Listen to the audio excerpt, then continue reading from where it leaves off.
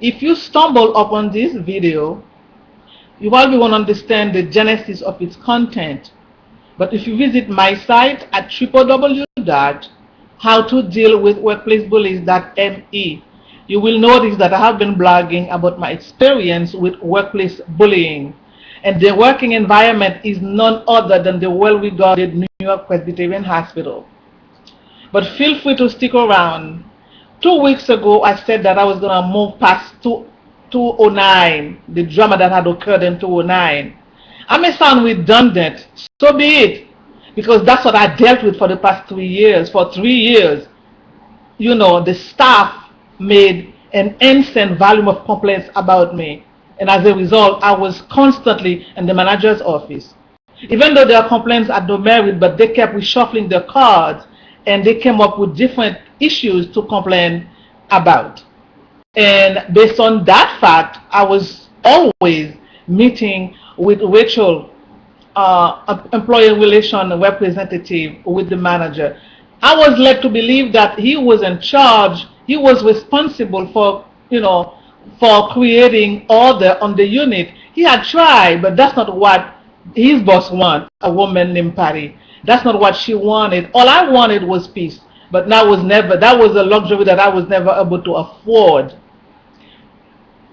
But we kept meeting. We had hundreds. I mean, I met with that woman more than I have ever met anyone in my entire life. I was always in her office with the manager, but nothing never came out of it. And then again, like I said, I was under the impression Brett, the manager, was responsible for that, and that was false. The last time I met with Rachel was the end of 2009, and that was the last meeting Brett and I had ever, had with her. And during that time, he told her Jeanette is the best employee. And he was almost reduced to tears when he said that. I was flabbergasted, and Rachel was shocked. He said Jeanette excelled. She's the best employee. And from that point on, they really wanted him out. They wanted him off the unit. Because what they really want was for him to fire me. But I had not done anything. There was no reason, because I was doing my job. I showed up on time, snow, sleet, and rain. I was there. I worked from March 2008 up until mid-2009. I'd never called out sick, never called in sick. I was never sick. I'd never used one sick leave for more than a year.